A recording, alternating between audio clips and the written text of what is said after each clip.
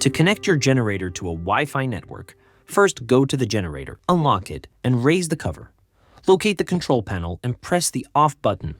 Press the escape button to access the control panel's main menu. Select Setup Wi-Fi, then press the Enter button.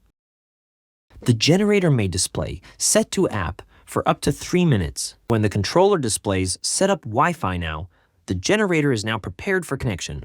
Download, install, and open the mobile link for Generator's app. Tap the Get Started button. Choose the option, I need to connect a home standby generator to Wi-Fi.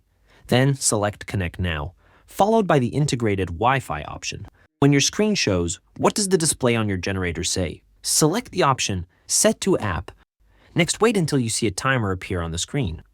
Then verify that a timer and the listed message is rotating on the generator's controller screen. If this is displayed, select Yes, Connect Now.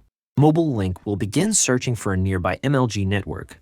This may take a few seconds. When the connection to the network is completed, the app will request confirmation of the MLG network name.